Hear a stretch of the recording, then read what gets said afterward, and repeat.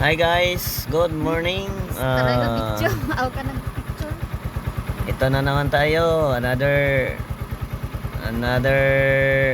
morning na sad. Maghatid tayo ng isda guys sa kabilang ah,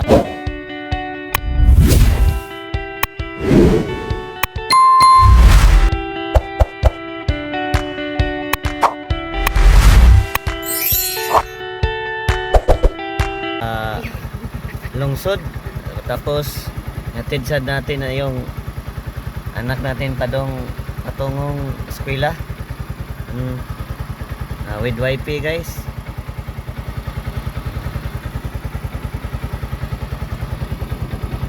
Miri.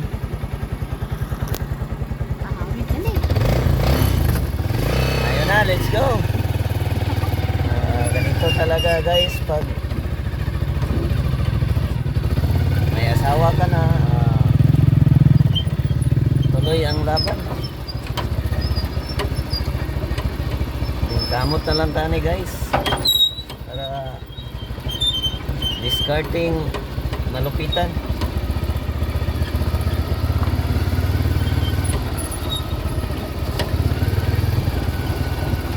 Yung anak ko sasabay sa akin, ihatid ko sa paaralan with YP.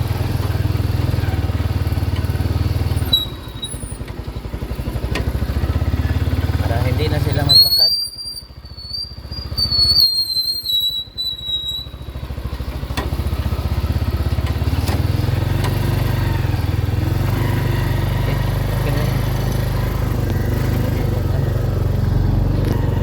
Oh guys, tapos na kaming deliver na isda guys. Pauwi na kami. Naganap sana na ako ng makumprang isda kasi ibabaklod ko sana, tapos wala naman. Oh guys, magandang tanghali. Andito na tayo sa bahay, nakauwi na. Oh, mayroon tayong nadalang isda, maliit lang. Kasi wala kasing nananagat. Wala kasing nanghuhuli. Konti lang nanghuhuli ng isda ngayon kasi malaki ang buwan. Oh, nakadala tayo ng mga almost 30 kilos lang. Mabuti na lang pang gasolina. Libre na din ang ating ulam pang tanghalian. Sapat na sa isang araw. Sana sa susunod marami madadala natin para may panggastos.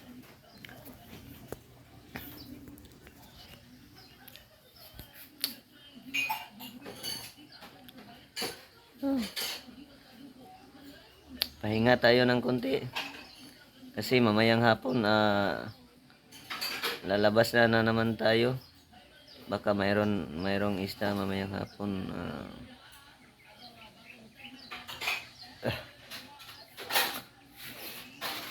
Kahit konti lang, basta mayroon. Sapat na, basta hindi lang masiro ang araw natin, kumbati na yun.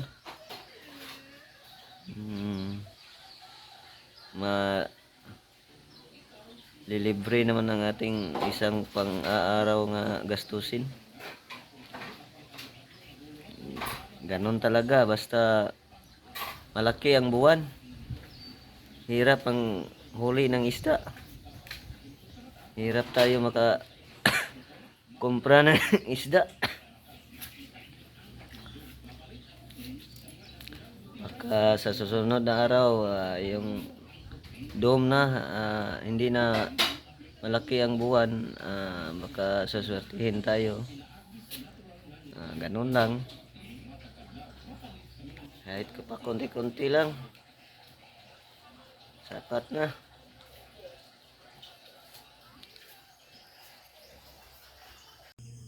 Oh guys, ito Oh, tapos na tayo dito sa pagyayelo ng isda. Relax muna tayo kasi oh, kakapagod buong araw ko ganina. Nagde-deliver yung dinideliveran ko. Iuwi sana yung isda na nakuha niya sa akin kasi hindi daw maganda ang quality ng ating isda. At tapos kukunin ko na sana, malapit na ako, ang layo ng tinatakbuhan ko, mga 30 kilometers siguro or above pa, or mga 50 kilometers ang layo. Nung muntik na akong naabot sa kanya, kay kunin ko sana yung isda kasi hindi siya satisfied sa ating quality ng ating isda na dinideliver. Tinatawagan niya naman ako na kukunin niya na lang daw ang presyo, kibali ibsa na lang or with discount.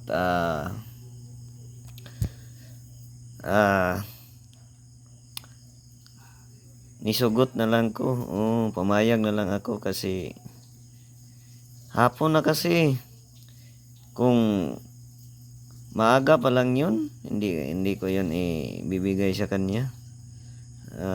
Dito ko lang to lalakuin sa fishport namin dito sa Pantalan kasi walang isda dito kaninang umaga hapon na kasi niya ako tinatawagan. Wala na kasing comprador dito basta hapon na. Sige, pumayag na lang ako para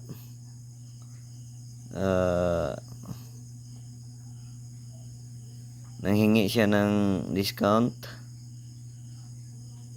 Pumayag na lang ako kasi para hindi rin siya galit sa akin. Kanina galit na galit, tumawag sa akin ako na lang ang nagpakumbaba kasi ganyan talaga ang negosyo sa akin naman kukunin ko naman yun, pero may nagtip sa akin na Ram, yang suki mo na yan, suki ko rin, huwag kang pakumpiyansa kasi may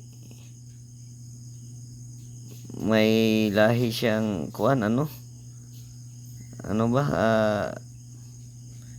anong tawag doon, kukunin yung isda mo tapos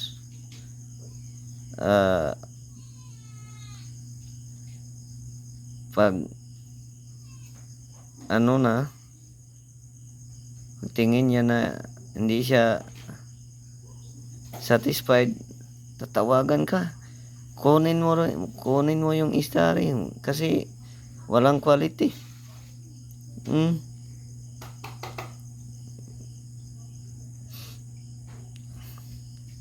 Kibali wala ka ng choice kung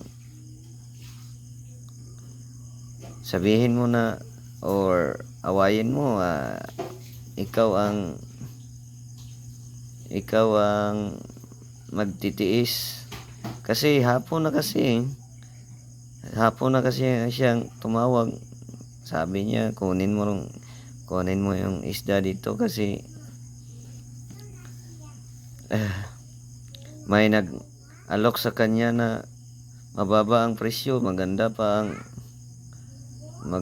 ang quality. So ako no choice ko kasi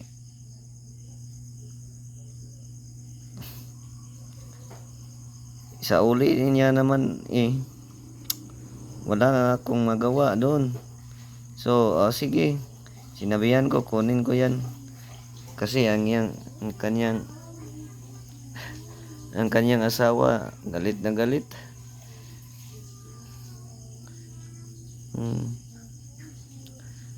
Sana naman,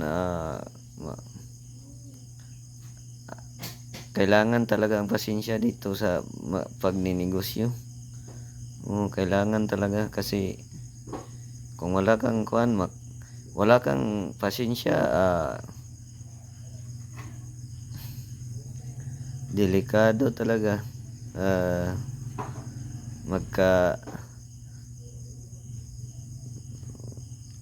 Magkasagutan talaga kayo.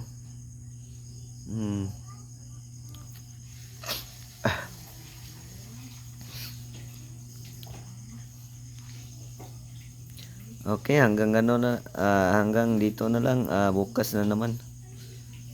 Okay.